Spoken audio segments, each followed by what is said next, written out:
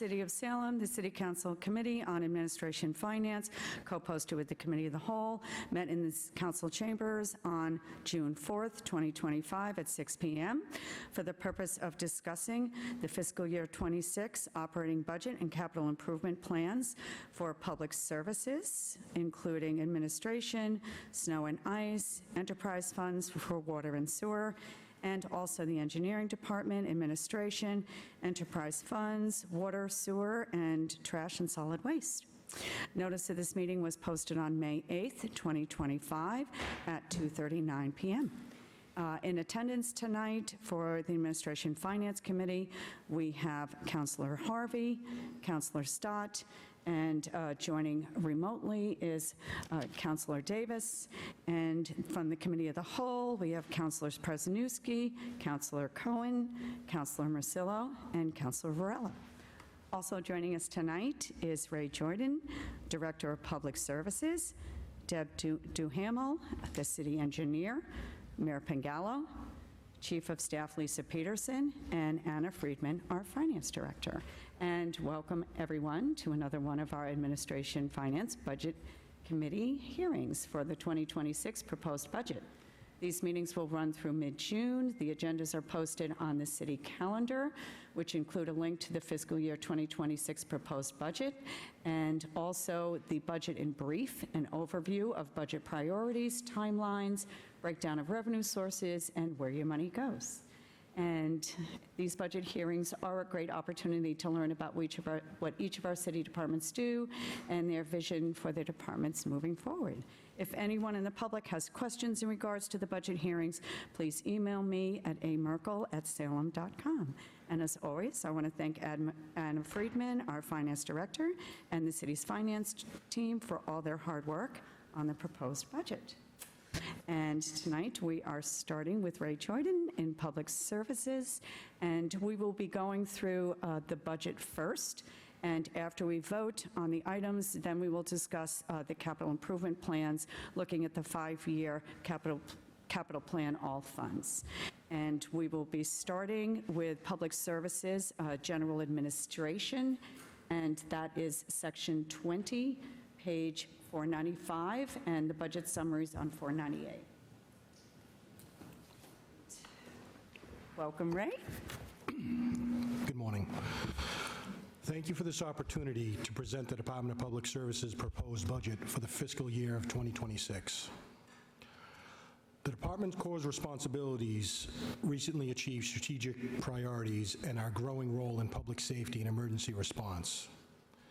The proposed budget in FY26, totaling budget would be $3,948,600. Gotta love it. Long story short, this is a 5.5% increase from our previous year. This funding supports essential services and infrastructure improvements and the expansion of our public safety role in today's evolving environment. According to the American Public Works Association, public works are recognized as first responders, a designation undiscovered by crucial supports we provide alongside police, fire departments during emergencies, weather events, infrastructure failures, and incidents that pose public risk. In the wake of most recent terrorist attacks in the United States and abroad, the importance of interdepartmental coordination and resiliency in infrastructure has grown. DPS plays a vital role in maintaining clear access routes for emergency vehicles and excavation procedures, maintaining debris clearance and essential road safety during aftermath of incidences, providing essential utility support during crisis response, and assisting police and fire departments with barriers, street access, equipment, and logistical supports during emergency response and planning public events. Securing public safety spaces and infrastructure is part of the threat of mitigation planning. Our staff regularly coordinates with city public safety teams and support planned operations and prepared for unplanned events, reinforcing Salem's readiness and resiliency. Department of Public Works is responsible for maintaining the city's infrastructure and enhancing the quality of life for all Salem residents. Key responsibilities are sidewalk and street maintenance, stormwater management, urban forestry, trash and litter collection from over 240 barrels, maintenance of 34 parks, 48 common spaces, 28 playgrounds, and 5 cemeteries. Traffic calming supports signage installation and partnerships with the Transportation Department. Street signage installation and updates to include efforts to add permanent street sweeping signage. And support for public safety operations for emergency managers previously mentioned. Major FY25 accomplishments during this year, include street and sidewalk repairs that the city has reset 190 lineal feet of granite curbing, 26 lineal feet of new curbing, 40,000 square yards of asphalt sidewalk repaired, 26,000 square yards of concrete that were repaired, and 22,000 square yards of brick sidewalk that was repaired. We'd also like to announce Chicken Nugget, our newest member of our DPW cleaning crew, as you've seen him around, the city. This was actually named by a school kid over in Saltonstall that selected the name and for public outreach. Chicken Nugget maintains 240 barrels across the city. Some of them get emptied daily, some of them multiple times a day.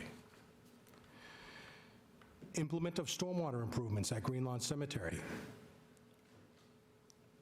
especially dredging one of the ponds.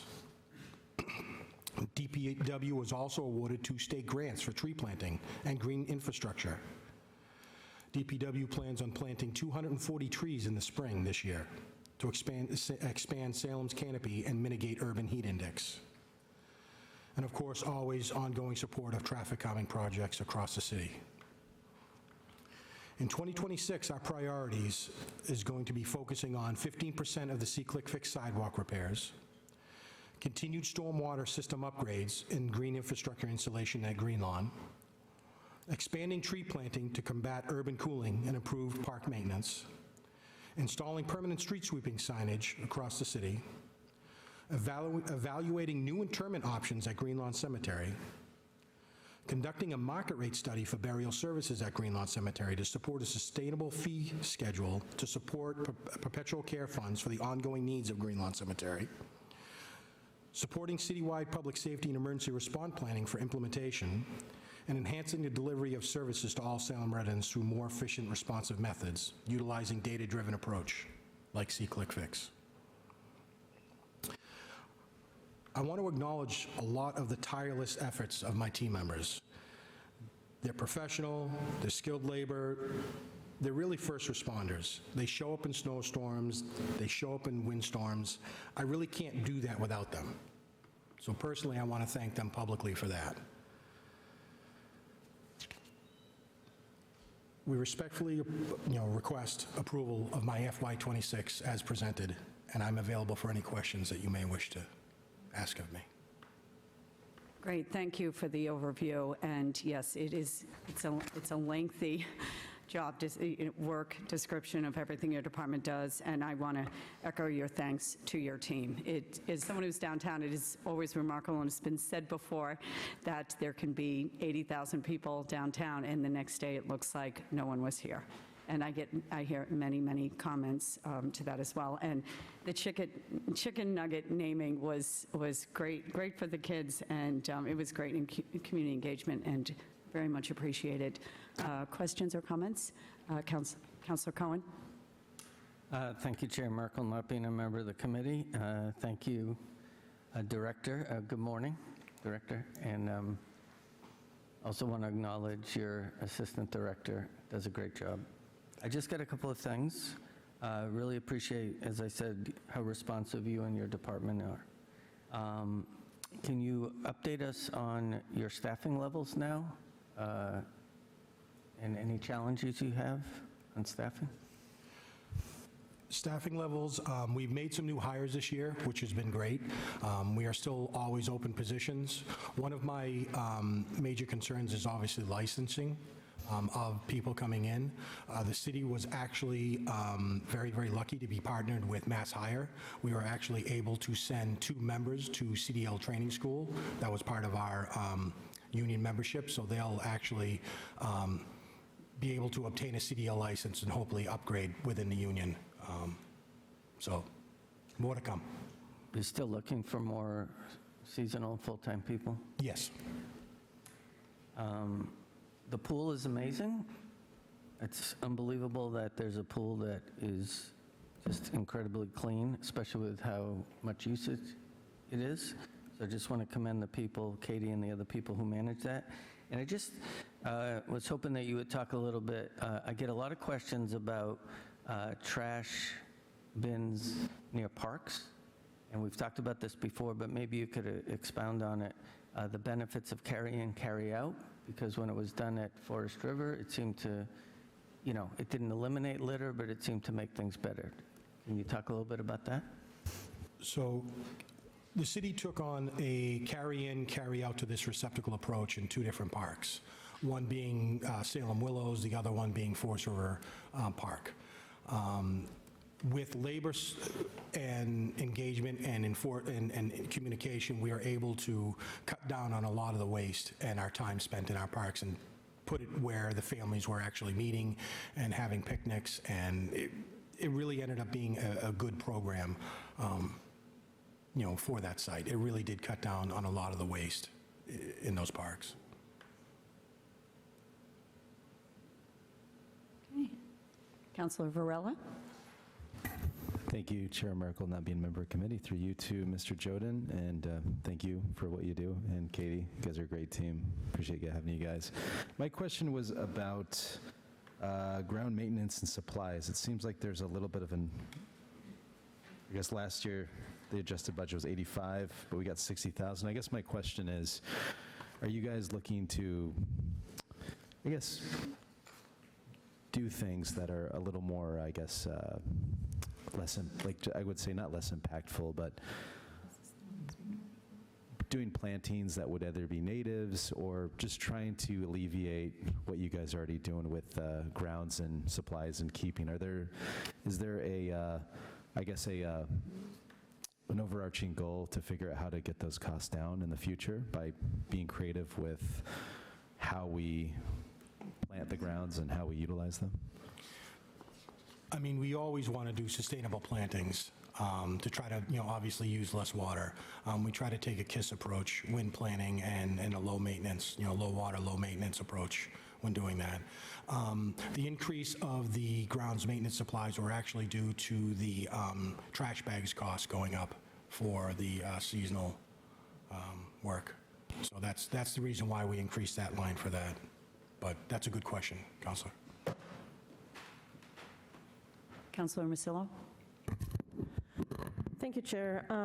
Ray, I had a couple questions in the contracted services section. Sure. There's one entry there for Halloween bathroom cleaning this year for $10,000, and then nothing carried forward. Is that changing? The service is not changing. What ended up happening is we ended up renegotiating in our contract, and we actually got a lower price, so we can actually reallocate those funds throughout contracted services where it was needed. Okay. And then the second one was the weekend coverage and staffing to operate the transfer station. That went from 40 to 76,000. Unfortunately, yes, we went out to contract, and that did actually double quite a bit from our contractor. So that's the staffing on the weekend? Those aren't city employees, they're contracted? That is I did contract. not know that. Yeah. Is there a reason why that's contracted and not a city employee? It used to be cheaper. I don't know what the current cost to staff it with internal staff would be, but I definitely would look at that. Yeah. It's just curious. It's just, I don't know how much work there is involved in it. I just go and drop my stuff off there. Yeah. But I'm just wondering if maybe that could be something to work off real estate payment. I don't know, something there that older people could do. I don't know what the work is, though. But Understood. it's an offsite, yeah, okay.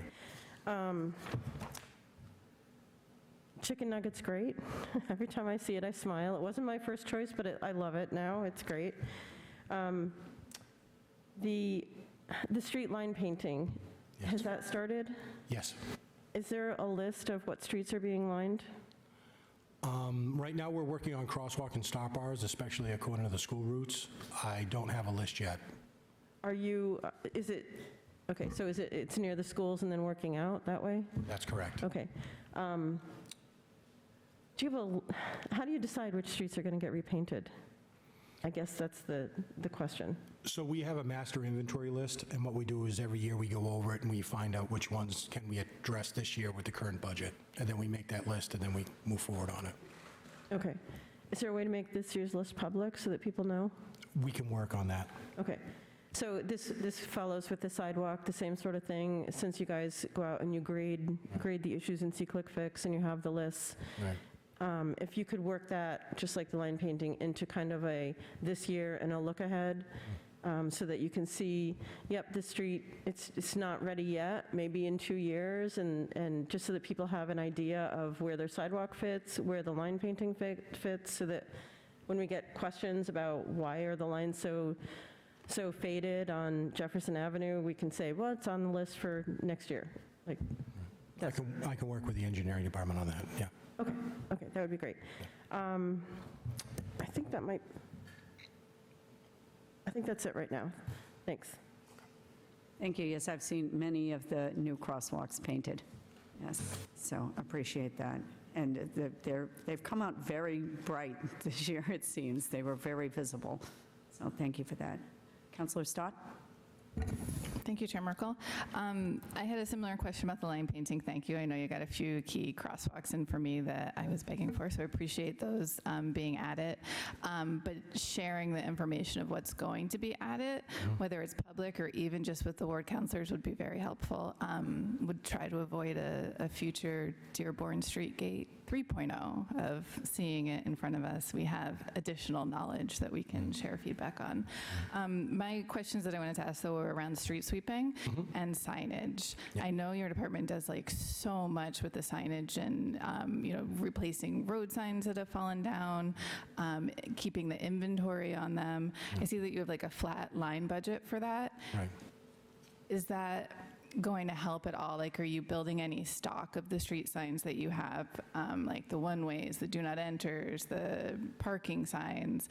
Because I often feel like there's sometimes a delay because we're needing to get signs in stock. Are you able to kind of keep up with that with the existing budget that you have and staff that you have? Or do you have any additional input that you can provide on how your department handles those sign replacements? And any challenges? Yep. No, that's a great question. Most signs, if they're in the MTCDU library, we can actually fabricate them in-house. We are fortunate enough to have our own sign-making equipment on staff. More informational on the different signs will take more time, which means sometimes we have to sub those out. We only have one sign maker. So the same guy that's putting up the sign is the same guy that's making it, that guy that's putting out the flex post, same guy that's painting the lines. It's the same thing. So short answer, yes, we have our materials and, we can do that. And can I ask a follow-up to that? Is that the same guy? Seems like a very busy guy doing the signs, the temporary signs for street sweeping? Because I think this was a conversation last year of maybe looking at that more holistically, of coming up with a regular schedule and permanent signs. So orange signs, while very visible, can be confusing, especially if there's a rain delay. Right. And it doesn't happen on the day, and then people don't check the new day, and then we see a lot of like claims in OLA a few months later for cars that were towed because when an orange sign is up for months, you just stop paying attention to it. So is that still something that's being considered and discussed? Yes, it's actually in our capital plan, so we are moving forward on that. Yep. Awesome. Okay, well, I would just like to reiterate my thanks to the department. Thanks to Katie. I'm loving the trees that are popping up all over, especially around North Street. So thank you very much. Thank you. And I do see a raised hand from Councillor Davis online. Change my...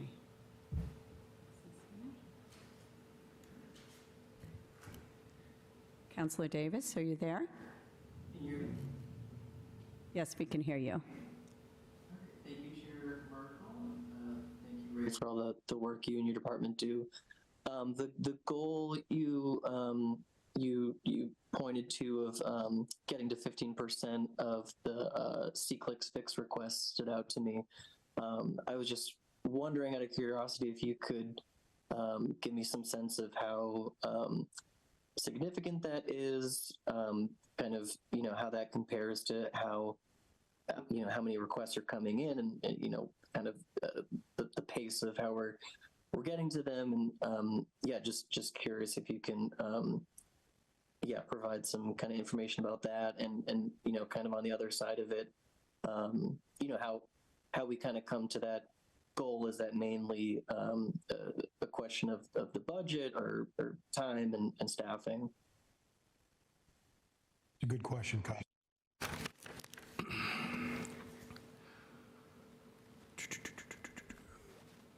So when we started our sidewalk repair work in FY25, the open sidewalk repairs were at 571. We had 194 requests that came in FY25, basically bringing the total to 725 open sidewalk requests.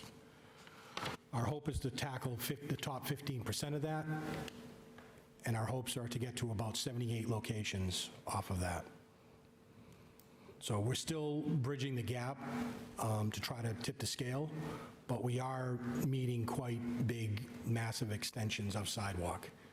A lot of brickwork was done last year, 22,000, lineal square yards of brickwork were completed. 40+ thousand of concrete was completed. We're hitting larger stretches of sidewalk, and we're slowly catching up on that number. Thank you. Councilor Davis, do you have any more questions?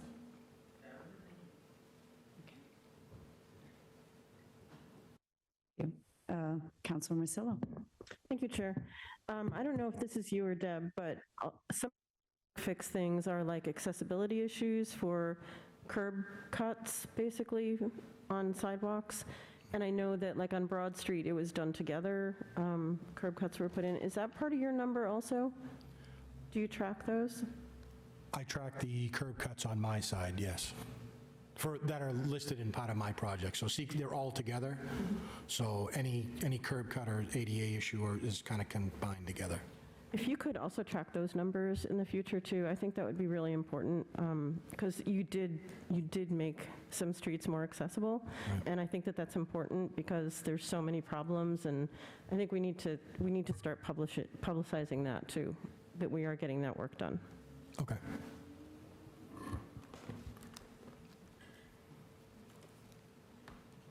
Any other questions or comments from the councilors?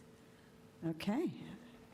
And we are moving on to the budget summary vote for Public Services General Administration on pages 498 and 499. Councilor Stott? Thank you, Chair Merkel. I'd like to make a motion to recommend for approval the public services budget, general admin personnel line of $2,233,067, and expenditure line of $1,721,600 for a department total of $3,954,667. And that total number is the two departments added up. Second. Councilor Stott moves to approve the Public Services General Administration personnel budget in the amount of $2,233,000, $233.67, and expenditures total of $1,721,600 for a department total of $3,954,667. Seconded by Councilor Harvey. We'll take a roll call vote. Councilor Stott? Yes. Councilor Harvey? Yes. And Councilor Davis? If you want to raise your hand. Let the record show. So I see two hands in person, one remote, and plus my own.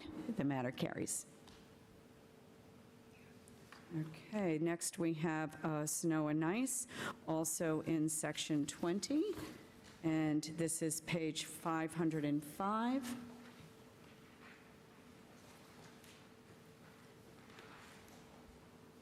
Yes, right, any comments on this, or just go to questions? No real question. Yeah, we'll accept any questions anybody Okay, has. does any of the councilors have any questions or comments?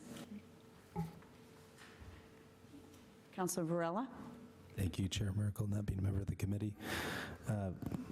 We always bring up the topic of brine and what creative methods you guys are using to use it on the roadways. How much brine did you guys use this year when it came to the roadways? I'll have to get the actual amount used, but we do have a brine station, and we do use it. I just don't know the totals. This year was a little difficult because of the rain and ice, so that kind of played a little bit of a factor there. I guess my question is that brine pretty expensive? No, No. no, It's one of the lowest cost things that you guys do. That is You guys- correct. Because we utilize our own road salt by making it. It's a yield of 3-to-1. Thank you. Any other questions or comments? Yes, Anna? Just one quick reminder, particularly if anyone is watching and is not familiar with this, if you look at the prior years, you can see that the expenditures are typically around $1 million, if not over $1 million annually, but the vote in front of council is for a little over $400,000. Under Mass General Law, snow and ice is the only line that's allowed to go into deficit during the fiscal year because the costs are completely unpredictable. And so it is standard practice for municipalities to approve sort of an amount that we anticipate we would never go under, because once you increase that appropriation, you cannot cut it. And so it is a normal occurrence to come back to City Council at the end of the year for year-end transfers to clean up any deficit that was incurred during the fiscal year, which we anticipate likely will happen at the end of this year. Okay, thank you. That's very helpful to know. It is a very unusual, one-off situation with the snow and ice. Okay, Councilor Stott? Thank you, Chair Merkel. I'd like to make a motion to recommend approval of the snow and ice budget, personnel line item of $50,000 and expenditure line item of $408,935 for a department total of $458,935. Second it. Councilor Stott moves to recommend approval of the snow and ice personnel budget in the amount of $50,000, expenditures in the amount of $408,935, for a snow and ice department total of $458,935. Seconded by Councilor Harvey. Roll call vote. Councilor Stott? Yes. Councilor Harvey? Yes. And Councilor Davis? And my own hand. And I see Councilor Davis raised hand, so that's 2 hands plus my own in person, plus 1 yes online. The matter carries. Next, we have the Water Enterprise for Public Services, the Water Enterprise Funds for Public Service, and this is Section 29, page 609. And we go right to, do you have comments, or just go right to any questions from the council? I can go into my presentation if you want. So I'm glad to submit this year's 2026 budget for the Water Division for the Department of Public Services. The total proposed budget is $826,261, representing a 5.4% increase over the previous year.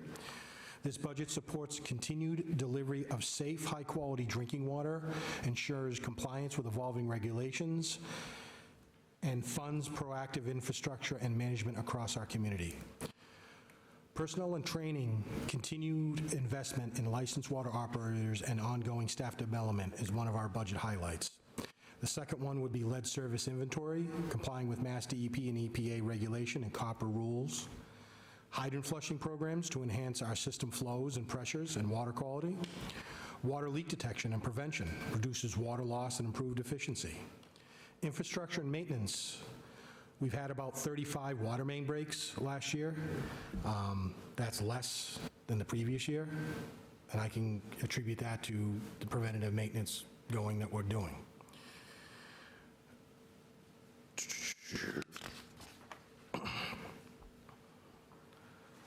Goals for the department: complete lead service line inventory and begin removals, expand leak detection program, hydrant flushing programs optimizations, build a climate resiliency, especially around assets vulnerabilities in our water system, and work with the engineering department to schedule their repair, and then continue to implement water asset management system. basically all I had for that. Great. But I am interested in any questions that anybody may have. Yes, great, thank you. Thank you. Any questions? Counselor Stott? I don't have a question. I just want to say thank you for the notices of the water main breaks. I feel that those have improved over the years, and I feel like that's probably, along with, like, I don't know, rodents in the city, why is my water brown, is question number 2. So to be able to know, like, what's going on and where the leaks are is super helpful, and I do think that communication has improved, and I appreciate it. Thank you. Counselor Prosnewski? Thank you, Chair Merkel, not being part of the committee. Through you to Director Ray Joden. First of all, Ray, thank you for what you do. You're always responsive whenever I call and take your time to explain how things are, and makes it a lot easier for me to be able to relay that to the public on their questions, sort of putting out grass fires, but your explanation of things are very good, and it does help me do my job. On the water issue, do I understand that there is a large water main that comes from Beverly to Salem that I'm told is inoperative? Is that true? One of our distribution mains is out of service right now, yes. And that's the largest one? No, it is the 20-inch water main that comes over the Beverly-Salem Bridge. And there is backup for that? We have 2 other distribution mains that are in service right now. Okay, how big are those? 36-inch for the one that goes down over the Kernwood Bridge, and then the one that goes over the Damas River is another 20-inch line as well. Is there plans to replace the one that's down? We're in talks and plans to work on that right now. Okay, all right. Is that on us or on Beverly? It's on us. It's our water main. Okay, all right, thank you. Thank you. Counselor Varela? Thank you, Chair Merkel, not being a member of the committee. Ray had a question. I know that our pipes are continuing to deteriorate just like everything else. I know that we do use an epoxy liner for our drainage. Is there a creative way going forward to not necessarily dig up every single water pipe, but actually do something that would be like the epoxy resin that would be safe for drinking water? Is that something that we're looking into? Very vague question for the future. We're always looking at new and inventive ways to lessen digging. I know that we are in discussions about using a liner to restore the distribution main in service. So we're always looking at all options. Thank you. Any other questions from the council? Okay. Counselor Stott, and we are on the budget summary on page 612. Thank you, Chair Merkel. I'd like to make a motion to recommend approval for the, So, Public Services. is it Public Services Water Enterprise. Water Enterprise, okay, Public Service Water Enterprise budget, personnel line item of $16,575, expenditure line item of $209,686. This is for a department total of $826,261. Second it. Counselor Stott moves to recommend approval of the Public Services Water Enterprise personnel budget of $616,575, expenditures in a total of $209,686, for a department total of $826,261, seconded by Counselor Harvey. Roll call vote. Counselor Stott? Yes. Counselor Harvey? Yes. Counselor Davis? He is a yes, and I'm also a yes, so 3 hands in person, plus Counselor Davis online. The matter, in a yes, the matter carries. Next, we have the Sewer Enterprise for Public Services. This is Section 28, page 589.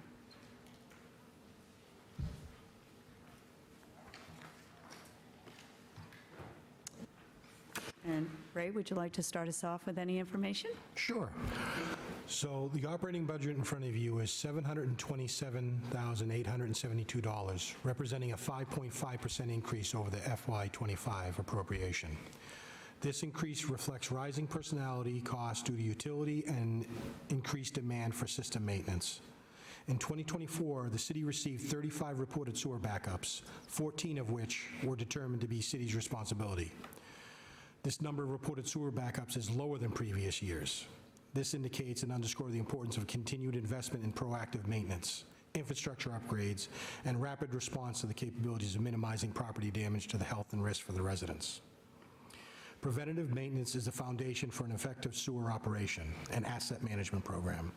Routine inspections, cleanings, and scheduled repairs to reduce the likelihood of system failures, extend the life of critical infrastructure, and reduce emergency repair costs.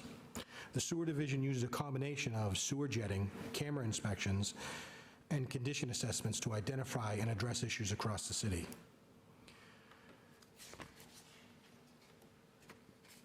Future goals for the sewer division. Looking forward, the sewer division is focused on the following strategic goals: expanding our asset management tool system to implement GIS integrated tracking, attempts to reduce the inflow and infiltration of our current system, and green infrastructure initiatives to explore opportunities to incorporate green stormwater solutions such as rain gardens and permeable pavements in accordance with larger capital projects. That's pretty much what I have. Thank you. Appreciate that. Councilor Harvey. Thank you, Chair. For you, Ray, question in regards to the generators at these sewage pump stations. Does that fall under you as part of the sewage also? I noticed the one across the street from my house, did they just replace the generator motor or something there, or a new pump on Ravina Ave? Okay. Unfortunately, no, that's not under DPS. That is under engineering. Okay. All right, I was just curious. That's all. Thank you. Councilor Marcillo. Thank you. Can you explain what happens in engineering and what happens in DPS, how you guys split this, the work? So the way I look at engineering is the long-term planning and the general direction of where the city should be going. DPS is the emergency response team that happens to it. The emergencies, the critical infrastructures, it's broken, I got to repair it right now. If your pump station blew up, you'd probably see me.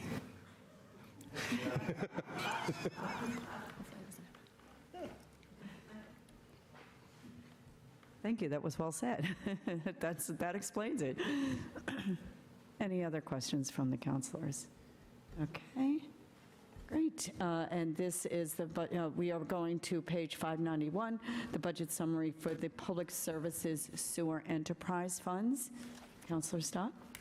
Thank you, Chair Merkel. I'd like to make a motion to recommend approval for the Public Services Sewer Enterprise Fund personnel or department budget personnel line item of $553,600, expenditure line item of $210,794 for a department total of $727,872.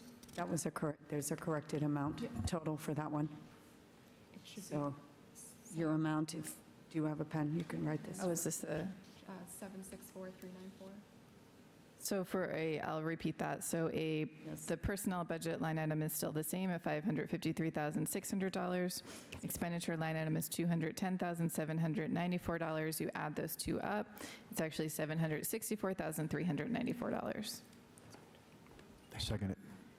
Thank you. So Councilor Stott moves to recommend approval of the Public Services Sewer Enterprise Funds for a personal department total of $553,600, expenditures for a total of $210,794, for a department total of $764,394. Seconded by Councilor Harvey. Roll call vote. Councilor Stott? Yes. Councilor Harvey? Yes. I'm a yes. Councilor Davis? So let the record show, I see 3 hands in person as a yes, and 1 online, a yes. The matter carries. Now we are moving on to the capital improvement plans. This is back in tab 7, the larger tab section in the front, and it is page 231.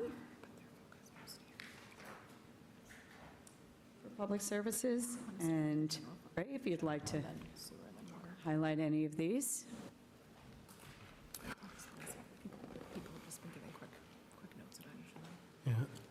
Yeah. So if I had to add any quick notes, obviously, the DPW sidewalk implementation project is one of our larger projects. Obviously, one to tackle 15% of the C-Click Fix sidewalk repair list. These funds are crucial to eventually catching up with the backlog of the sidewalks across the city. Like I said, we're targeting about 78 different locations. This year, that would equal out to be about 15% of the top of the C-Click Fix list currently.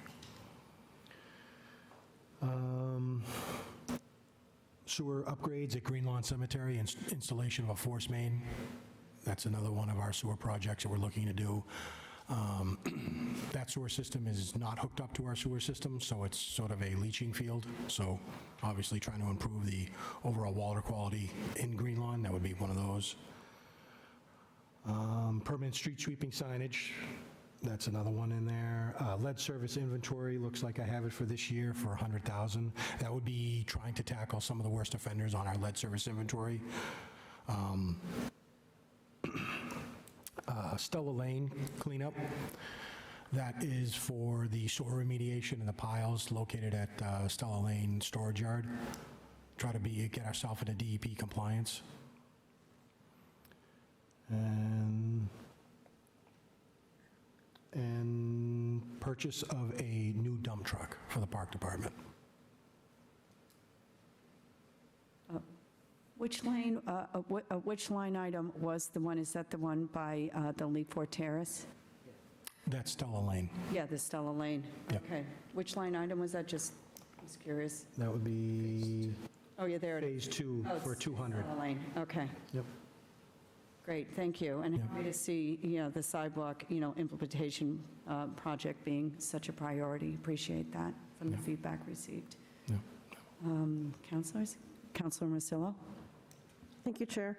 How much lead pipe do we have? That is a great question. I would have to get back to you on that. I don't have that So inventory. this particular item is for the city portion, the city water line? The city side of the services, yeah. Do you know how much that $100,000 will be able to replace? Not at this point in time, no. We're in process of that. Those numbers? Because I know, is there a deadline where all of this stuff has to be done? There is a deadline. I would have to get back to you when that deadline is. I think it's this September for at least a finalization of the inventory. But let me get back to you on that. Can I ask you this? It's 10 years. Sorry? 10 years. 10 years. So can I ask you why this lead service inventory is under your line item and not engineering? I believe Phase 1 was in mine, and I think that there was a thought process of Phase 2 being in mine as well. Yeah, I'm just curious. I'm trying to figure out where the line is. understood. Thank you. Councilor Varela? Thank you, Chair Merkel, not being a member of the committee. I see that you guys are looking for 43 grand on a repairs to a front-end loader. Yes. What the hell happened there? Our front-end loader is aging, and the front end of the loader is in need of great repair to keep it in service. Is this the big guy you got, the cat? The high lift, yeah. Chicken tender. Chicken tender. Good one. Councilor Cohen? Thank you, Chair Merkel, not being a member of the committee. Just want to go back to the sidewalks. I've got 2 pretty long sidewalks, 3 of them actually. 2 of them are concrete and 1 is the asphalt.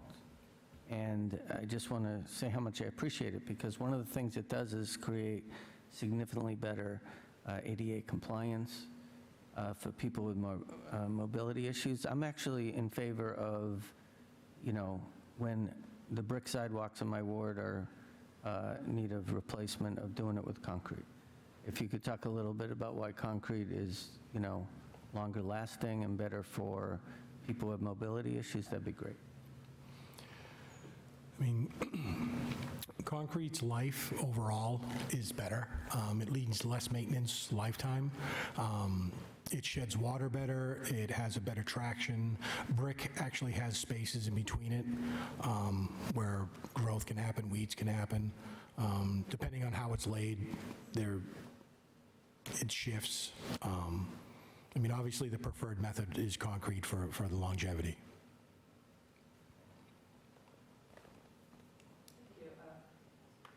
Councilor Prosnewski? Thank you, Chair. Through you to Ray. Ray, I see in the capital improvements is also replacing the lift for $80,000, ADA improvements for $10,000, and there's also talk about a new building, a new DPW building. So are we doing these improvements to a building that we're not going to have shortly? Where are we as far as a new DPW headquarters? That's a great question, Counselor. The lift that we have scheduled over here is actually a portable lift.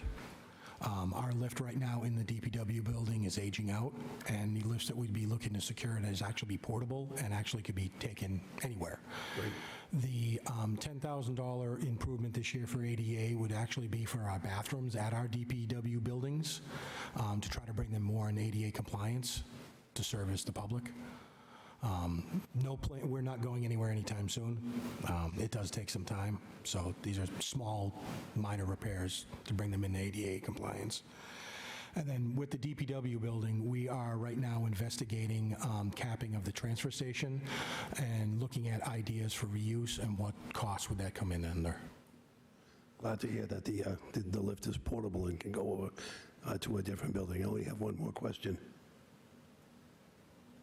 What is a gate-turning trailer that costs $122,000? What is that? That is a great question again, Counselor. So we have a few gates that are out there that have 230 turns to shut off the water. Imagine a guy sitting around and walking around 232 times in a row. Gets kind of tiresome and dizzy. These gate turning trailers actually go out and they actually exercise valves. They actually manually do that and go through an exercise program. So it's actually part of the preventative maintenance of the water system to extend valve life. So it's a trailer that actually attaches onto the gates and opens and closes them? Correct. Basically what it is. Correct. Okay. Our trailer is actually aging out. It's actually almost 15 years old, so. Okay, all right. Thanks, just didn't know what it was. Thank you. No, That's all. understood. Councilor Stott? Thank you, Chair Merkel. Through you to Ray, thank you for the support, and to the mayor for Greenlawn Cemetery. I'm excited to see the plans that have been worked and talked on and talked through for a few years now to move forward and get some improvements there, and really the visioning for what it will be in the future is exciting to see. I just had one really quick comment about the sidewalk implementation project. I will be a broken record today. If you could share lists of those sidewalks that you have in your plan. I know they're see-click fix sidewalks, but it would be super helpful whether it's shared with the public or just with us. There were, I will never say, oh, darn, we got a new sidewalk. Like, this is a great thing and always happy to see. But there was one done in North Salem that was a part of a larger project. So it would just be, again, like helping kind of reduce those silos to make sure that all aspects are looked at. Just sharing a simple list would be super helpful. But thank you for all that you do there with those. Thanks. I appreciate that. Thank you. Councilor Varela? Thank you, Chair Merkel, not being a member of the committee. Since you brought it up, Ray, as far as putting DPW somewhere else, especially where the transfer station is, I obviously don't see it on the capital improvement plan, but through you to the mayor, is there a overarching goal to cap the transfer station to create a new DPS center, hopefully in the next decade, maybe sooner? I would hesitate to put a time frame on it, but that's what we're studying now. There was a previous capital funding allocations for us to do this study, and that's what we're utilizing. So you don't see it here because it's in a fund that we already have from a previous approval. And so it's a joint project between the Public Services team and the Planning Department, both studying the DPW building and what would need to happen, and also the capping process at the transfer station itself. So I guess it's safe to say that this is definitely something that you guys are looking to make happen in the next many years. I think in the foreseeable future, it's a critical part of the overall plan for the Jefferson Avenue corridor and the the future possibilities there with the South Salem train station. The DPW facility is like the first domino in the potential growth that can happen in that corridor for the good. And, we want to be thoughtful about advancing that and also taking care of the fact that we need to have a functional, safe, working DPW building for city operations. Unfortunately, right now, there's very little in the way of state support that comes for those facilities. The Mass School Building Authority provides financial assistance to cities and towns to build schools. There's no similar program for police stations, fire stations, DPW buildings, city office buildings, things like that. There have been proposals in the legislature to create a similar authority, and super supportive of that. But, we need to continue moving forward with our own planning, whether or not the state's able to provide support. Great, thank you. Any other questions from the council? No? And I don't see anything from Councilor Davis. Thank you again to you and your team for everything you do. It's much appreciated. Thank you. Much appreciated. Thank you. Thank you. And next, we will be moving on to engineering. And Deb Duhamel, our city engineer. We are starting with general administration, and this is section 21, page 511.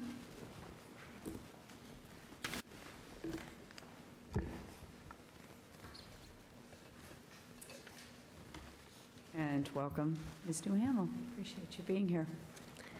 Thank you, Chair Merkel. Good evening, and I would like to just start by talking about the department. We have 12 full-time positions, including administrative, billing, meter technician, engineers, and GIS staff. All the positions were filled as of mid-October of 2024. I am grateful for the employees in the engineering department managing very heavy workloads as a matter of course, as well as accommodating some extended leaves that we had this fall and this spring. We restructured the engineering specific staff. There are 5 engineers. I'm optimistic that the restructure will position engineering for prompt responses in FY26. That restructure involved eliminating the position for the assistant city engineer and adding a junior engineering staff. Additionally, the role of the construction inspector was expanded to be a senior project manager as well as a construction inspector. The restructure includes some shifting of responsibilities. Some have already happened and some are in transition. And we are working to improve response times on all permits and residential and business inquiries. Another goal of the engineers is to improve communications with city officials and community. Hopefully, you have been receiving emails from Diane Alvarez, our junior engineering staff, which, as I mentioned, is a new position. They are titled Current and Upcoming Engineering Projects.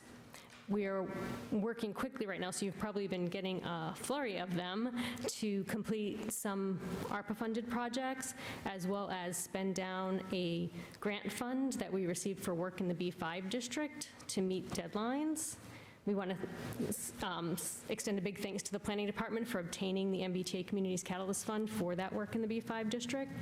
I also want to thank our friends in the other city departments for the continued coordination on tasks and projects that originate in the engineering department, with extra appreciation to DPS. Good morning, Ray, for their responsiveness and collaborative approach in solving all the infrastructure-related projects. As you mentioned, we are very, very intertwined. I did want to, if I can take a moment, Councilor Harvey, was a pump that was replaced at Ravenna. Regarding the lead and copper, we are needing to, Councilor Marcillo, submit a final inventory by 2027. So what we submitted, we still had some unknowns in terms of whether or not they were lead definitively. So we have to finish that by 2027. And then after that, we need to have a replacement program that is for 10 years. So the deadline to replace all the services on the city side is 2037. So I think those were the main questions. Oh, and Councilor Prasnewski, the transmission main it basically is suspended underneath the big bridge from Beverly. it was installed with the wrong material, and so it has a couple of times now snapped at the joints because it's not allowed to move, and there's too much expansion and contraction. So we've been working tirelessly, really, to figure out what the best way is, if there's a way to repair it, or if we really need to replace it. In addition to that, there was a project by National Grid, the electric company, that was replacing, and I know the project came through Salem previously, and now it's working its way through Beverly. It's a high-power transmission main, and when they were doing the Beverly side, they encountered that main, and so National Grid is working on the replacement of a piece that they're now going to send under their transmission main. So they are currently, if you were to drive past that intersection, you'd see them working there. So I think those are the questions that were, unfortunately, me instead of Ray.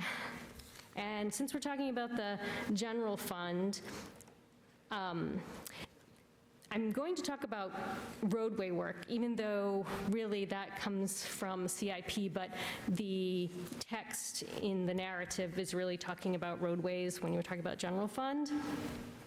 So as many of you are aware, Giselle Dela Cruz is our roadway project manager, and she works closely with both the Transportation Department and DPS to improve the transportation assets of the city. And some highlights from FY25, the MassWorks grant for Congress Street neighborhood improvements was completed. We received a housing choice grant for Franklin Street improvements that includes a study and 30% design. The sidewalks on Broadway were replaced. Traders Way and First were repaved and striped. There was a slight drainage issue that was also resolved in that area. And several of the other local streets were paved in November, and some have been freshly completed in May. There is a list online from, if you go to the city engineering page, underneath that you would find FY25 roadway paving plan. So that should include information about what has been done and what is in the works. And Giselle has also submitted an application for the construction of the Legs Hill Bridge replacement. We're waiting to hear whether or not we got that grant. Boston Street is at 100% design, and we have completed the soils inspection investigations and the utilities explorations. You might have been seeing those if you were in that area. Thank you. Thank you. And also, I want to say thank you to you and your department for all the work that you do. It's much appreciated. Thank you. Any questions from the councilors? Councilor Harvey? Thank you, Chair Merkel. I guess my question in regards to like Ober Street and all that pipe work and everything that was done up there, the end of last year we asked about whether, I haven't seen it on the list for repaving, but does that fall under the contract for the contractors? Because I remember I spoke with Mayor Pangalo about it. He said it's curb to curb repaving after the project is done. Now, is that on the contractor or is that falling on the city? Is that, I haven't seen it on the list yet, and I'm getting a lot of phone calls asking when, one, I was told that, the project's supposed to be closing up. I think they're still doing the gas mains up there, if I remember correctly. But when that is done, does it go right into repaving the road curb to curb, or is that something that's going to take another year before it gets done? So the city paving that's a project, that's a city project, the work that's been done there other than the National Grid work that's going in there. We like to make sure everything that's under the pavement is complete before we repave. And then the next step with all of that is we want to wait 90 days after the last project has moved out of there to let those trenches settle before we repave. Otherwise, we'll end up with low spots and settling that happens after we've paved and it's on a final course. So depending on when National Grid gets out of there, we would schedule it after that, but it's on the city side to repave that road curb to curb. So the answer to my question would be it's not going to happen this year, it's going to be sometime next year? If National Grid is there now, I don't know National Grid's schedule currently off the top of my head, but I can get you more details. Okay. My next question in regards to paving is what time, so obviously we subcontracted out for the majority of the paving, I'm assuming. So what kind of time frame are we given for the actual paving job that's been done. And like I know in other cities, the contractors have to put a seal in the pavement so we know who did the paving, when it was done. So if we do get like compaction and stuff like that, if it's not done properly, obviously we're going to get potholes, or we're going to get humps or bumps in the paving. Do we hold our contractors liable for a certain amount of time on the streets when they're done in regards to the paving job itself? So when a private developer or private contractor is doing a trench in a street to replace a service, a water service, gas service, they are responsible for completing whatever is required by the engineering department. If the road was paved within 5 years, then we require them to do curb to curb of whatever their trench is, and they are responsible for that. The only ones who currently use a medallion are National Grid, so if you see the yellow medallion, then you know it's one of their trenches, and they are obligated under the DPU regulations as to how much their trench can settle, or, they're supposed to be inspecting those trenches regularly. So if there's a particular trench and it's a National Grid trench, we can certainly ask them. If there's another trench that, say, one of the other contractors that work in the city, one of the drain layers, and you have a question on it, you can let us know, and then we can pull the permit for when they were doing, whoever did the work, and see what the conditions were, and have them repair the trench. Okay, the reason I'm asking that question is because if the city's responsible for curb-to-curb repaving, and we've had subcontractors in there putting in new water lines, or National Grid in there, is there a standard for compaction testing that we're requiring from these subs so that when the city goes and repaves from curb to curb, we're not going back a year later and seeing a big divot in the street on all that money we just spent going over? Because I know when we go in, we basically just grind and repave. But grinding and repaving, just because you're grinding the other contractor's work, doesn't necessarily mean that the soil underneath that paving that they put in was compacted properly, and a year from now, we're not going to end up with Ray going out there fixing potholes because it wasn't done properly.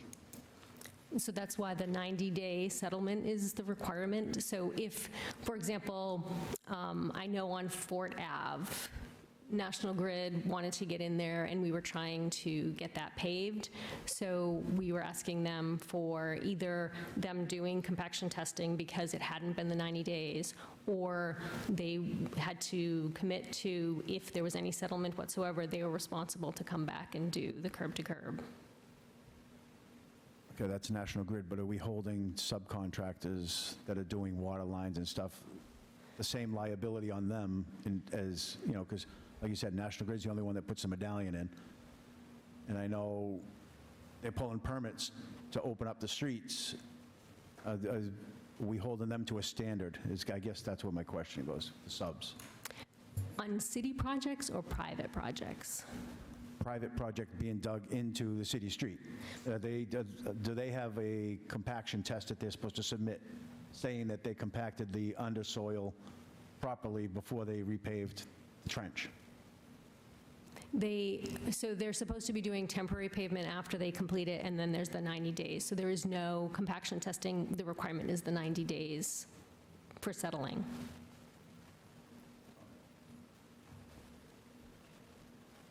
Any other questions from the councilors? Councilor Cohen? Thank you, Chair Merkel, not being a member of the committee. So, yeah, thank you for all the work on Broadway. I think it helped the fire department because they back up to that. Really good paving and sidewalks. I will say that I've always had a concern when we do these kind of projects with the number of trees that are installed. And this goes back. So for example, Clifton Ave, this is probably 6-7 years ago. The sidewalk on the north side was completely replaced. There wasn't one tree. So it creates a real heat zone. A lot of the residents there, you know, find it difficult. I think when the Canal Street, you know, project happened, there were very few trees, you know, and now we're having a lot of trees installed in the path, but I think there could have been more trees. So just a suggestion, because I think, as the climate changes, we're going to have more heat zones, and I'm always worried about people using, the right path. Unaccounted for water. So, we've had a couple of meetings about estimated water bills, and there's been some issues with some really high, water bills that people are getting. But every community has unaccounted for, that we can't address through the meters. It could be through fire department issues. It could be street sweeping. It could be just, mistakes through the meters. And back in 2023, the city reported that we only surveyed 10 miles of the 24 miles of water mains. So this was 8%, which seems really low because most of the communities around us are over 80%. Is that a statistical error, or are we planning to survey more water mains or higher percentage? Because our unaccounted for water, although it's better this year, was about 30%, and last year it was 33%, but it's significantly higher than all the communities around us. So that's an environmental issue. It's obviously an issue financially. But do you have a sense of, future surveying of the mains and trying to address unaccounted for water? Thank you for the question. And on the tree issue, I will coordinate with Ray. They have budget and they have grants for more trees, so I'm happy to coordinate on that front.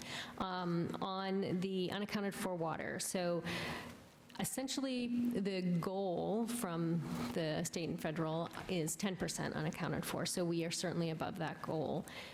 We are working tirelessly to develop applications to work with our friends at DPS relative to the street flushing, the water that's used there, to have a better accounting of that, so we'll be more accurate.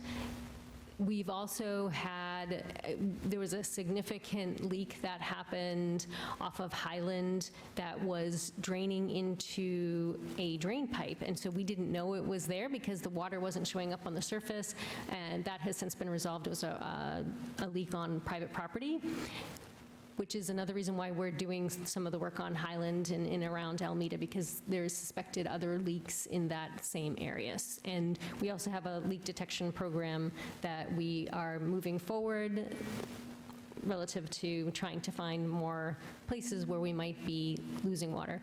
One of the other issues that happens is meters are not as accurate as maybe we'd like them to be. And generally speaking, the meters are underestimating the water that's flowing through them.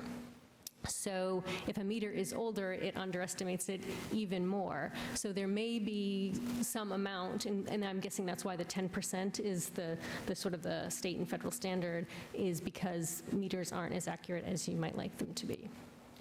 Yeah, thank you. Obviously, it'd be great if we can get to that, because I know there's stuff that you can't possibly know where the water is going. I just also feel like, when we're discussing these estimated bills, it's always in my mind preferable not to have estimated bills, especially when they're significantly more than a property owner could afford, because then you have to go through the cycle and re-estimate it. So for example,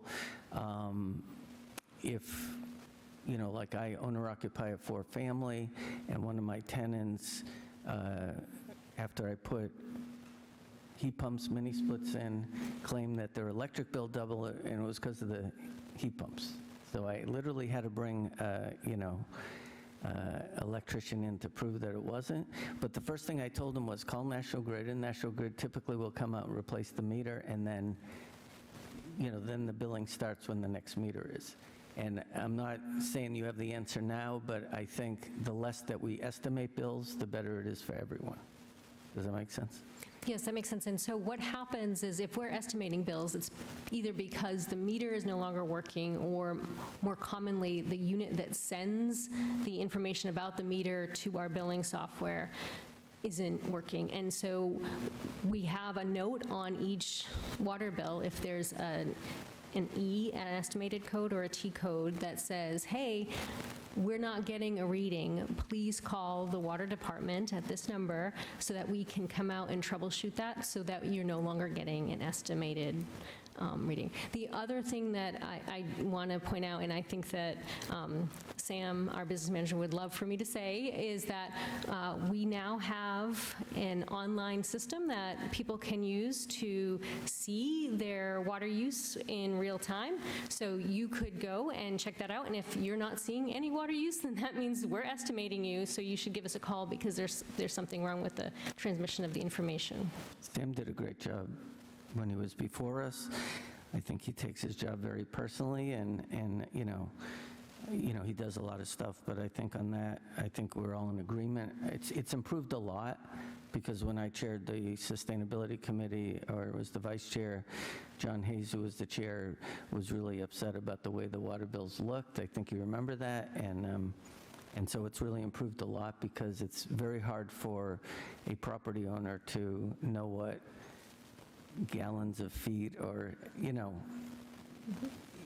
in terminology that is not, normal to them. I just got two other things, which I was a little disappointed in looking at your goals and objectives, so I'm going to offer a couple of them, if that's okay, in Ward 5. One is Canal Street, and I am aware, as we've talked about, that the finishing of the Canal Street project is somewhat in limbo or in hold or whatever. I understand that there's all sorts of circumstances. I know we wouldn't be talking about this kind of stuff if we had, a tank and a pump station and get everything finished. But not just myself, but a lot of businesses on Canal Street, like McDonald's, outside of Camilla's, 93, which is closer to the animal hospital. It seems like a smaller amount of rain is generating sizable flooding on the street. And I've talked to, I know this is like you and DPS working together, but it seems like this is very similar to what happened at the corner of Levitt and Congress, where it requires a different kind of fill or structure underneath the road. I just, hoping that there is some kind of plan to address that beyond just the huge project of, securing I'm hoping that the project gets finished at some point. I don't know how that's going to happen, if it's still the same plan, but if you could just talk a little bit about what could be done to mitigate some of the issues that seem to be, it's anecdotal. People driving by, seeing it, can't, afraid to enter the Camilla's parking lot because the flood, it's such a big puddle. But if you could talk about the short term and the long term, that would be great. If there is a long term. Okay. So the one in front of McDonald's I am aware of. I think that that's a ponding issue associated with, as you pointed out, the material that was used when that project was first done is a controlled density fill that helps with settling, because that area, the subsurface material is peat, mossy stuff, and it's really compactable. So the material that was used around the pipe was a controlled density fill, but then we had a water break, and unfortunately when you use these materials that reduce the compaction ability, it can make it hard to find the leak, because they sort of create their own pipe, and so then wherever the water is coming out may not be where the break in the pipe is, and so DPS ends up having to chase that, and then when they restored the area, they didn't put the controlled density fill, so we are working to restore that properly so that it won't be a ponding issue there. The other two sites, I don't know if those are also associated with I think the one outside of Camilla's is more significant than the other one. Okay. It's not that far from McDonald's. I know that it's pipe, so it could be a short distance or a longer one.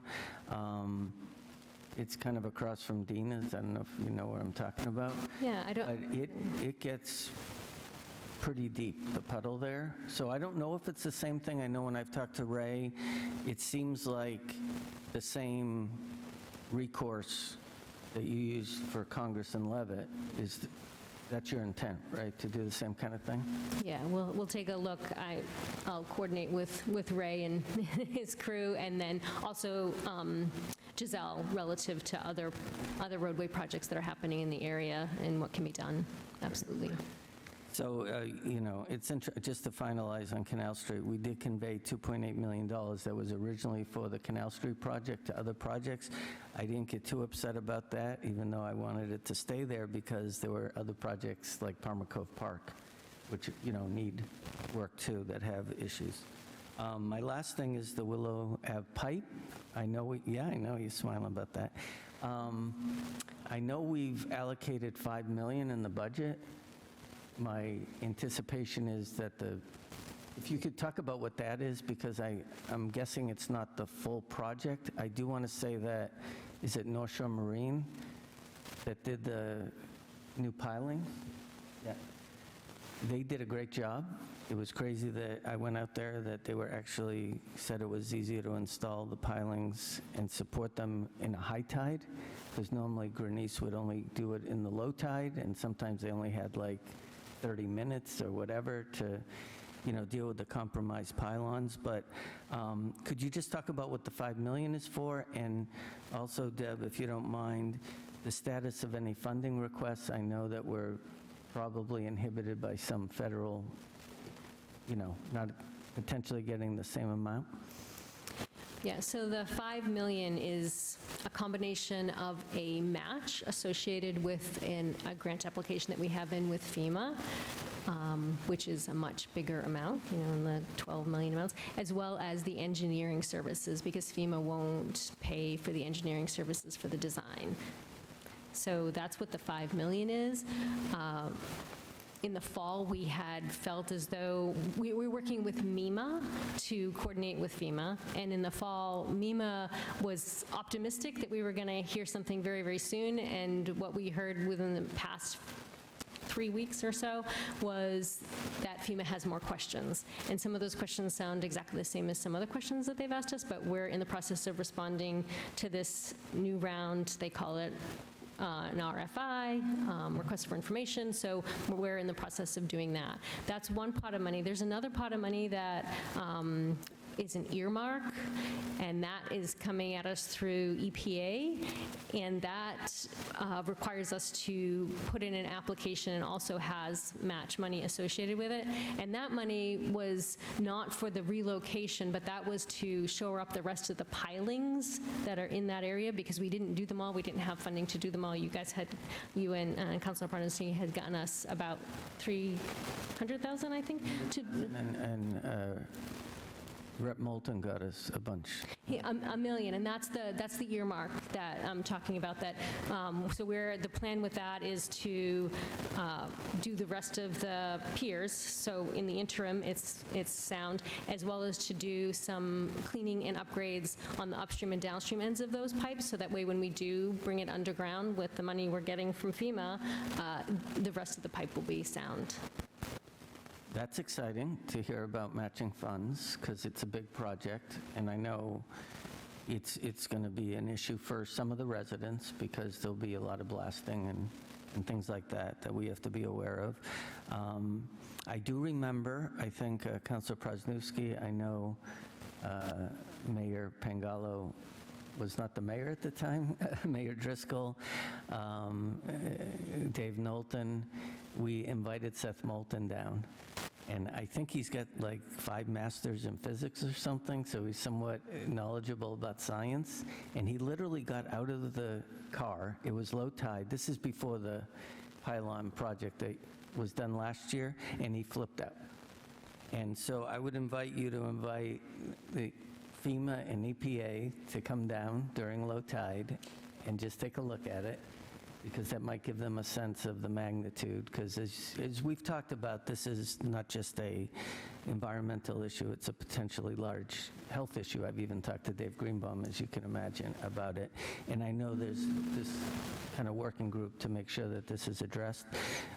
But I would just end on that, because I think when people see it, it's more obvious, and thank you for your work on that. Thank you for your comments. Thank you. Councilor Rosillo. Thank you, Chair. Last year, we talked, when Sam was here, about the possibility of buying new water meters. Are we doing that?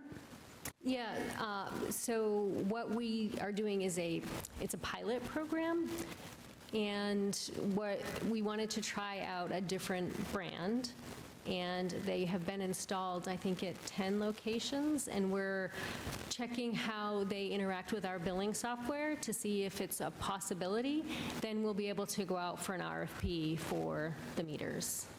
So we're still working on that, but right now we just did a pilot to see how it will engage with the billing software. So how long does that take, do you think, the pilot?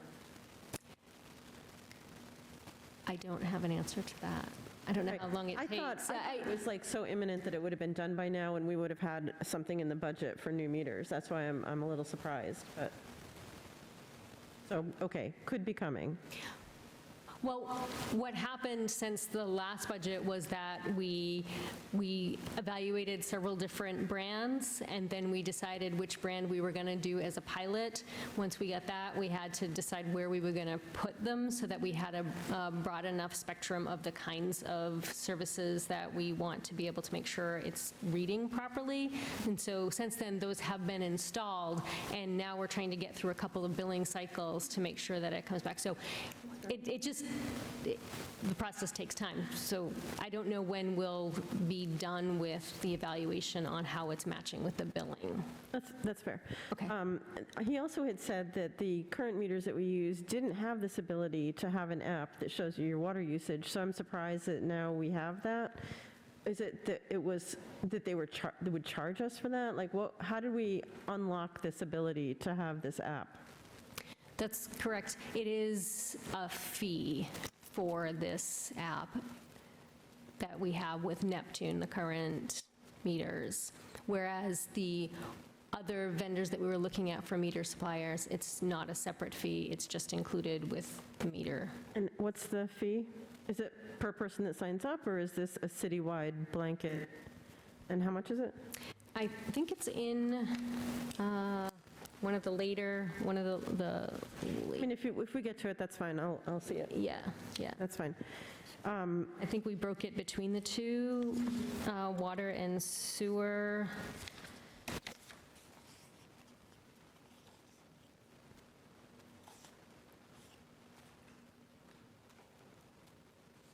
Customer usage dashboard. I'm seeing it on water, it's 2,300, and so I'm going to guess there's a similar one on sewer. Okay, all right, that's fine. Do you know when you're going to have the FY26 paving list available? Giselle let me know today, but I think she's been working on it. They're getting a new evaluation of the roads. So once she has the new evaluation of the roads, she will be able to update the list. The other part is she's generally also chasing us with water work or drainage work or sewer work that we're doing. So she wants to make sure that has enough money. Unfortunately, it's so expensive. Concrete sidewalks, while cheaper than brick, are still very expensive, especially replacing, resetting curbs and all of that. So it's really just a matter of, after we're done with chasing the water and sewer drain replacement work, where does that leave her for the needs associated with the condition of the existing pavement? Okay, all right, that's fair. There's a lot of happy people up on First Street in that neighborhood. They're very happy that those roads are paved, so thank you. That was huge. And I just want to say, the communication recently has been phenomenal. Like, keep sending it, keep sending more. Like, it's very, very helpful to know what projects are happening in what neighborhoods and how people are going to be effective. And I think they're doing it. Is it Diane? Diane's doing a great job, a great job. And I also have to say Giselle and Giovanna are like my best friends these days, so they're great. And Giselle does such a good job explaining things to me, even my crazy questions when I'm looking at a sewer map that she's helping me to understand, and I cannot say enough about her. She's very great. She's really great, and she knows her stuff. And that's it. Thanks. Thank you. Councilor Harvey? Thank you, Chair.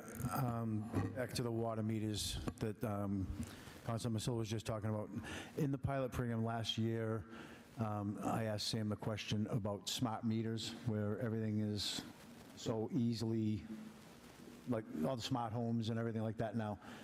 And what I asked him was, do they make a meter, or is the meter that you're using in the pilot program one that the homeowner can actually look at through their smartphone or even their laptop, or as far as not necessarily going through the app that you have down at, for the billing, but so they can actually look on their phone?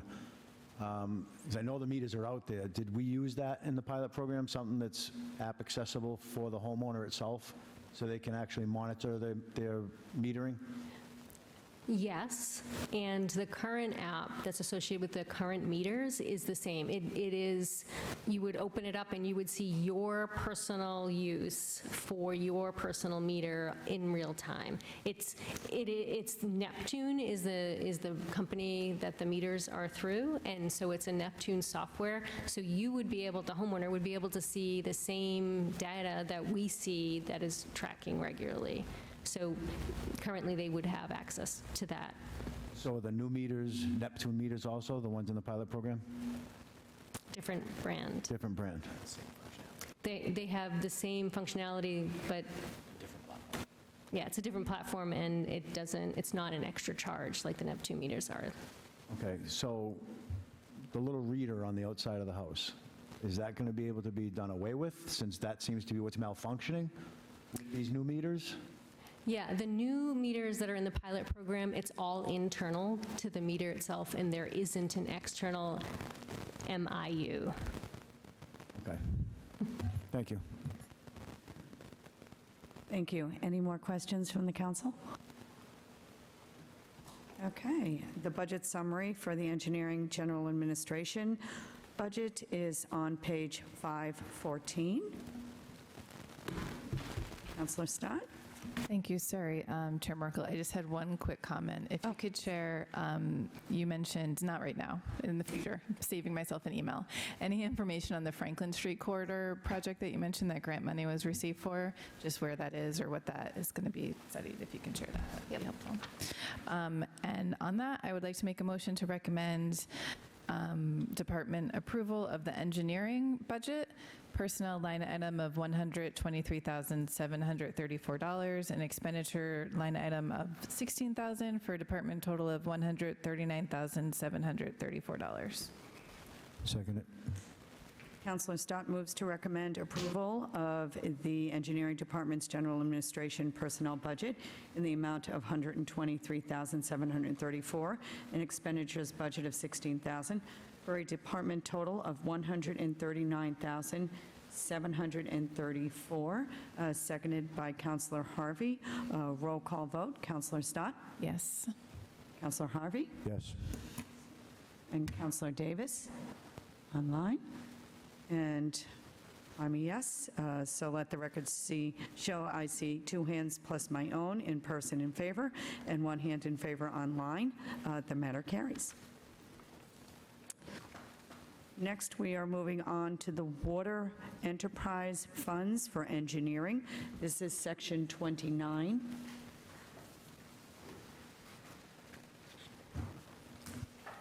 Page 616.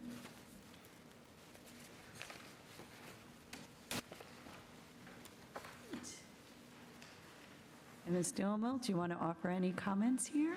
Yes, thank you, Chair. Relative to, I'm going to talk about water, sewer, and drain, even though I understand that water and sewer are separate, but I'm going trying to cover both. Thank you. So in addition to our regulatory compliance, I think we've already talked about some of that when we're talking about the lead and copper stuff and the annual statistical report, which is where the unaccounted for water shows up, and coordination with the O&M of the city's pump stations, as we were talking about the replacement of the pump on Ravina and our storage tanks. I wanted to highlight a few projects, and I wanted to mention, as Councilor Marcillo had mentioned, these projects are predominantly driven by Giovanna Racinos in the engineering department, so she is the water sewer engineer, and there's a substantial amount of coordination that goes along with DPS. As we were discussing earlier, these two departments it's really hard to necessarily separate them completely, but I wanted to mention some of the recent projects. They include drain repairs on Loring Ave near Fantasy Island. There had been a persistent ponding issue there. That was actually funded in FY '24 capital improvement. The challenges there were it's a Mass DOT road, and so there was some permitting and et cetera associated with that, but that has been completed. We've completed some projects using ARPA funding, including drain improvements. There's a siphon on the drain near the police station that has been repaired. We've done improvements on Laval Road, Laurent Road, Old Road, and Horton Street. There's been sewer improvements at Essex Street and Summer Street, so this should open up for improvements in the road surfacing there as well. We've done water main replacement on Laval, Laurent, Champlain, Story Road. We recently completed some valve replacement work at Highland Ave and Wilson. That was night work. Additionally, we've completed sewer repairs on Broad Street in Flint and replaced a section of water main on Raymond Road. We completed sewer lining, so I don't know if some of you have been seeing those emails as well, relative to people won't be able to flush when we're doing the lining work, but it's pretty short-lived on Essex Street, Federal Street, Summit Ave, and by June 30th, we should be done with sewer and drain lining on Pioneer Terrace, Lafayette Street, Warren Street, and Leach Street. We're continuing to work with MEMA to obtain a grant for the relocation of the exposed sewer at the end of Willow Ave to move that under the streets. And we are continuing to work on the design and permitting of the Ocean Ave stormwater pump station. We've had a couple of challenges relative to plumbing code changes that require us to install a bathroom there, and also coordinating with the project to meet the C-ROD zoning ordinance. And I did want to say that Giovanna is listening, and so she sent me a couple of responses that I'd like to share on the Aubert Street. It's also the Purchase Wall Street neighborhood, and so we still have a little bit of water work there that we'd like to complete this year, and then we would pave the whole neighborhood. And on the water, unaccounted for water, she mentions that we're also trying to estimate water use at the city parks, because a lot of those aren't currently metered, and so we're trying to figure out how to track that better for accounting for water. Great, thank you. Questions from the council? No? Okay. Oh, sorry, Councilor Cohen. Thank you, Chair, not being a member of the committee. So I've spoken to a number of counselors and other people. You know, back when I was growing up, there was like black and white TV. It didn't go 24 hours. You know, there was only 3 stations. There was TV. Didn't start till 5 in the morning. And there was only 2 newspapers. So it was way easier to get the word out to people when there was something going on. And even though we encourage people to do co-read and see click fix and all these other things, it's really difficult. I mean, no matter how many times myself or the other ward counselors try to let people know, hey, we're doing sewer lining, hydrant flushing, you know, you might get brown water, you know, what do you do? You know, for example, with the sewer lining, I think Diane put out that it's something like 3 to 5 hours potentially that people couldn't flush or whatever. But most everyone in the area, no matter what we do, doesn't know about it until it affects them, right? And then they call the ward counselor or someone else, right? So I don't know the answer to that. I don't know if it's, because we can't just put it on the website. But I think that no matter, at least for me, no matter how many times we try to alert people to, you might have an issue because of this, it's really difficult to get enough people aware. I don't know if you guys have any ideas. This is not just engineering, this is a citywide thing about how do you convey information to the public. It's, everyone has different ways of getting news now. Just today, I had a former counselor in my ward say, why are there cones out there? So I sent a message to Ray, and he gave me an answer, and then literally 5 minutes later, Diane sent the email out that the sewer lining is happening on Lafayette Street starting tomorrow. And I'm not saying it needs to be more notice, it's just, I'm not really expecting you to have an answer. I think that's something we have to all think about as a city, about how to convey things, because, people are way more upset when the sidewalk is broken or they can't flush their toilet than anything else. Thank you for that comment. And just to explain the process, when someone's sewer is going to be impacted and they can't flush, they receive a notification a week or 2 weeks before saying, hey, we will be in your neighborhood doing sewer lining. We will give you another notice 24 hours in advance. So these are paper notices hand-delivered to the properties. That's the best we got. And on the water side, if water is going to be impacted such that water is going to be shut off, we additionally do paper notices hand-delivered to the properties. I'm really not criticizing you. I have so many multifamilies, and I don't know if someone just has decided that that piece of paper doesn't belong in the area, but I'm just saying, kind of trying to figure out on my own, the best way to convey things to people, because it's always the person that didn't look or doesn't do code red is the one who's calling and complaining. But I was just kind of a general statement.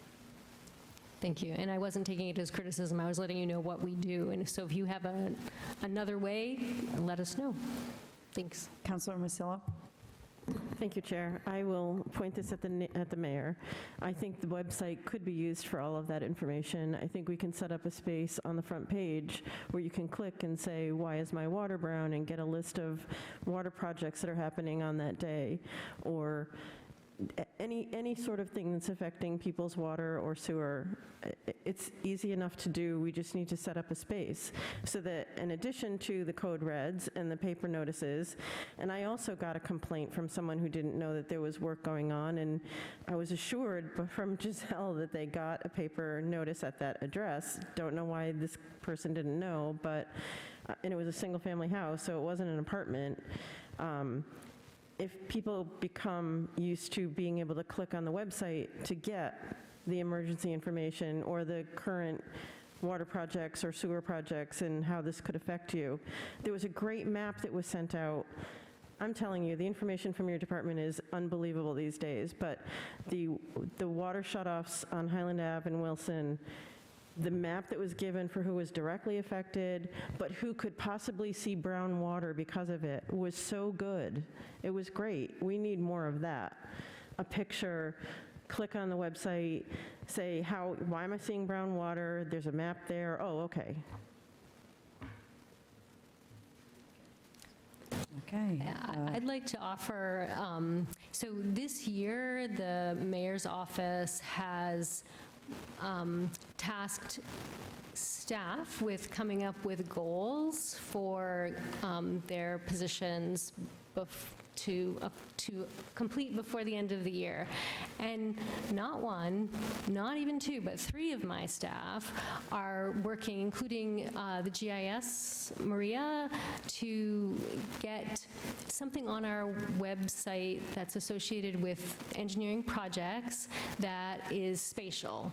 So it sounds like they're understanding the need. They're focused on transparency and ease of knowledge knowledge. So I appreciate that, and it sounds like their goals are in alignment with what's needed. And then to follow up with that, once the information is there, it has to be easily accessible so that the person doesn't need to know what department it falls in, that they can just click and say, what's happening on my street, or something that's easy for people to say, this is the current information for current projects right now in Salem. Okay, circling back to the finance, Counselor Stott. Thank you, Chair Merkel. Not to harp on this, but I agree. I like the GIS aspect, and Maria has made some great maps, especially it made me think of it earlier when you were talking about the paving or the street condition one, because she recently re-upped that one, and that was super helpful to have transparency to people and say, oh, well, you're actually, 3 levels better of a street grade than all of these other ones. So it's great to be able to share that information. But I wanted to add on to the brown water part of we know sometimes about the brown water and when it's going to happen and why. And then there are some times when we don't. And I feel that that communication can always be improved of what do you do when you have brown water, especially in the off hours. And I know that that's hard, but I think that needs like a big red button on the website to say, what the process is there and what things to look for and how to behave and call it in. I'm a little confused on that whole process years later. It's clear as brown water. So that I think would just to add on top of that. That's it. Let me do the budget motion too. Okay. I think we're ready. Okay, and on that, I'd make a motion to approve the water enterprise engineer budget personnel line item of $225,310. And an expenditure line item of $935,404 for a department total of $1,160,714. Second. Counselor Stott moves to approve the engineering water enterprise personnel funds in the amount of $225,310. The expenditures in the amount of $935,404 for a department total of $1,160,714. Seconded by Counselor Harvey. Roll call vote. Counselor Stott? Yes. Counselor Harvey? Yes. I am a yes. Counselor Davis is a yes online. Let the record show. I see 2 hands plus my own in person in favor, plus 1 hand in favor online. The matter carries. Next, we are going to section 28, page 595. And these are the sewer enterprise funds for engineering. And we had just reviewed this. Are there any questions or comments from the counselors? No, and anything else you'd like to add? No? Okay. So the budget summary is on page 597. Counselor Stott? Thank you, Chair Merkel. I'd like to make a motion to recommend approval of the sewer enterprise engineer department budget personnel line total of $226,064 and expenditure total of $992,000 for a department total of those two numbers of $1,218,064. Second it. Counselor Stott moves to approve the engineering sewer enterprise personnel funds in the amount of $226,064. Expenditures in the amount of $992,000 for a department total of $1,218,064. Seconded by Counselor Harvey. Roll call vote. Counselor Stott? Yes. Counselor Harvey? Yes. I'm also a yes. Remote, Counselor Davis is a yes. Let the records show that I see 2 hands plus my own in person in favor, 1 hand in favor online. The matter carries. Next, we are moving on to trash and recycling and solid waste enterprise funds for engineering, and this is section 30. It starts on page 631, right at the beginning of the tab. great. Are there any comments or projects or anything you'd like to go over? Just a few comments that we continue to have a very active waste reduction program. I think Elisa is doing a fantastic job of coordinating the many events that the city holds in order to divert solid waste that would otherwise end up in a landfill or an incinerator. And we have been working to implement incentives she has to increase participation in the curbside composting. I think that's fantastic, and any encouragement that can be made to that end, because compost is heavy and we pay by the weight to dispose of solid waste. So any opportunities to compost. And this fiscal year, we work to negotiate a contract extension with Waste Management. Thank you. Questions from the councilor? Councilor Cohen. Thank you, Chair Merkel, not being a member of the committee. So, can't believe I'm saying this, but Elisa is like 10 times better than any waste reduction coordinator that preceded her, and is incredibly responsive. Your last comment about compost is really important. When I had that job, Julie Rose had secured the grant for us to do up to 1,500 free composting, free pickup, free bins, the whole bit. And we did so much outreach. We were at every farmer's market, went to every single neighborhood association, every condo association on the planet, and could never get past 1,200. And I think it's still a struggle. And I really feel we've got to turn this upside down, because recycling is very confusing. No one knows whether they should put the milk carton in the cardboard one. It's always changing based on who accepts what, the end result. But composting is easy, If you put it in your mouth, you can put it in the compost, right? So I think we have a ways to go. I think it would save the city a lot of money. I'm really grateful that there's projects, pilot programs in the schools. There's actually one at Pioneer Terrace, and that's amazing to get these generally older people who don't even know how to recycle to actually get excited about composting. So I don't have the answer. I just feel like this should be a real initiative, because recycling, a lot of it is contaminated, and I know there's no exact statistics, but it's something like 30% of the trash that's not being diverted is compostable. So I wish Councilor Varela was still here, because I know he wants to do something on a bigger scale, maybe businesses and city properties. He's got a potential ordinance, in the works. I do want to talk about TerraCycling, because I think just like recycling, based on who's willing to accept what, it continues to diminish what we're able to TerraCycle, if that makes sense. Even Unpack Living doesn't accept as much stuff, even downstairs in the annex.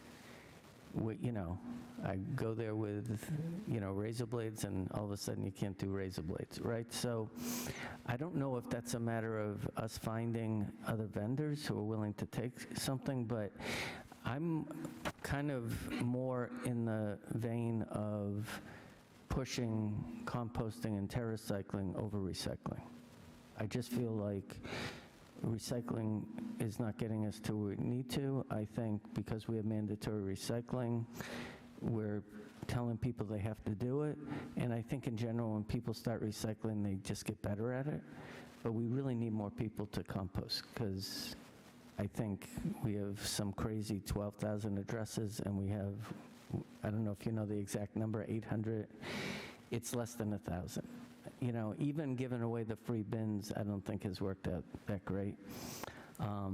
So I just want to commend her, because, we've done a whole bunch of budget meetings, and she is, or you through her, has more accomplishments on one page than any other department. And I think there's a lot of people in Salem who want to do right by this. But I'm just encouraging the city to think more about how we can, compost versus encouraging the recycling. Thank you. Thank you. I really enjoy the composting program. It's great. It's really convenient, it's easy, very reliable, so I also recommend composting at home. Any other questions or comments from the council? No, I don't see anything online. Okay, so the trash and solid waste enterprise funds for engineering is on page 634. Councillor Stott? Thank you, Chair Merkel. I'd also like to offer the acknowledgement of the amazing staff that you have, that Stella was online or Giovanna was online and heard and provided input. The maps and the great feedback for the recycling or the waste reduction coordinator. Have a great staff that is really working hard and appreciate that. And with that, I'll make the last motion, I guess, of the department, recommend approval of the department trash solid waste enterprise engineering budget. Personnel line item of $166,257. Expenditure line item of $4,841,566 for department total of $5,007,823. Second it. Councilor Stott moves to approve the trash solid waste enterprise funds for engineering, personnel budget in the total of $166,257, expenditures in the amount of $4,841,566 for a department total of $5,007,823. Seconded by Councilor Harvey. Roll call vote. Councilor Stott? Yes.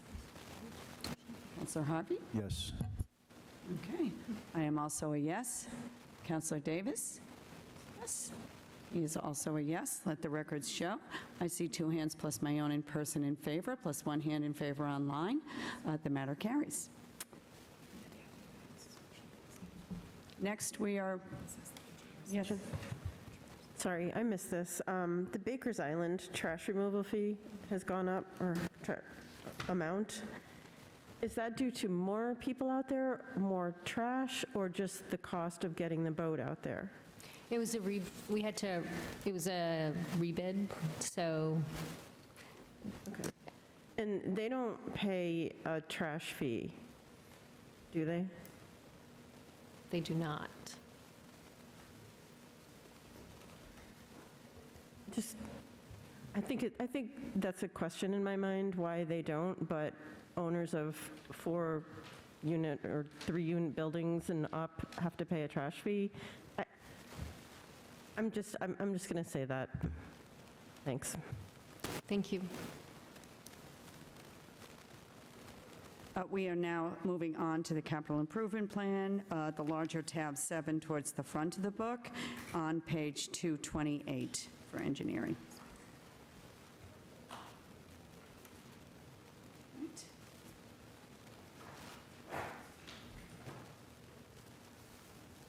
Okay.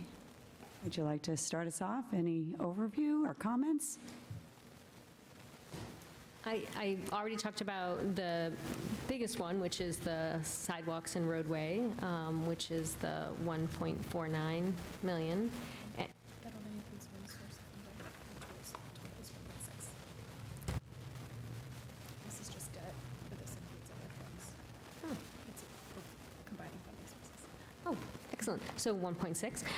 And then we talked about the Willow Ave sewer relocation and that being the match in the engineering services, that's 5 million.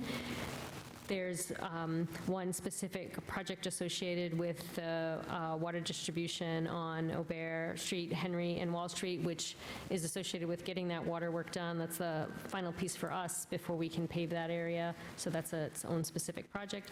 Otherwise, the others are fundings that we use throughout the year to manage, before we pave a road, we inspect the water and sewer pipes, and if they need to be repaired, this gives us the opportunity to have those repairs done before we would pave the road.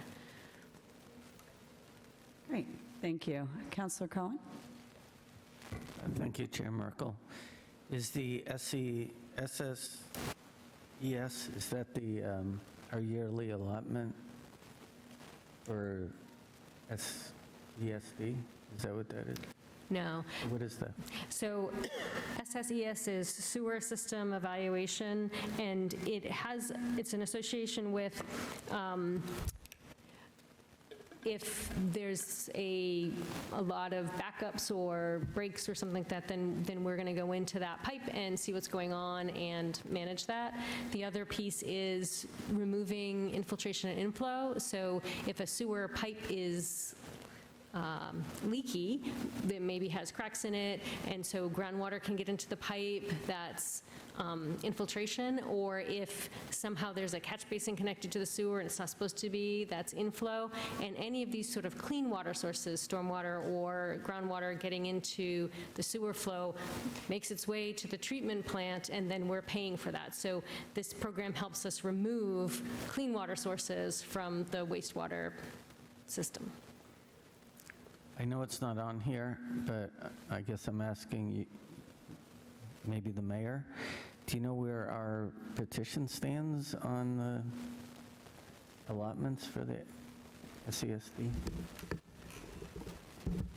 I'm happy to provide an update. And so we'll have the SESD assessment under the treasurer's budget when finance comes in. So I'm happy to provide an update tonight, or we can take it up when we take that up. Thank you. Any other questions from the council? Okay. Well, I'd like to say a final thank you, for being here tonight, and all you and Ray, your departments, both of you, all the hard work by your teams. It's very much appreciated. Thank you. I'll entertain. Yes? Motion to Oh, hold on. Councilor I don't want to Kwasniewski. forget Katie. She's always very attentive to what she does. Well, And thank you. She's one of those unsung heroes that we have over here, so we're very lucky to have her. Thank you for coming in and listening, Katie. I want to thank women. you as well. Yes, absolutely. Thank you. Okay. motion to adjourn. Second it. All in favor? Yes, we are adjourned.